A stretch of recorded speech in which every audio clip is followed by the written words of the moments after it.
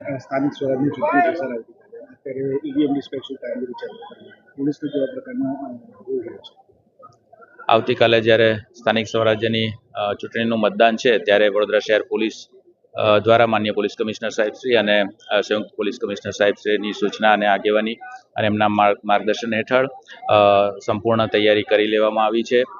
તમામ જે અત્યારે તમામ જે રૂટ છે અને તમામ જે ડિસ્પેચિંગ સેન્ટર છે ત્યાં આગળ પોલીસ ડિપ્લોયમેન્ટ કરવામાં આવેલું છે. તમામ જે મતદાન મથકો છે એના ઉપર પોલીસ ડિપ્લોયમેન્ટ રહેશે.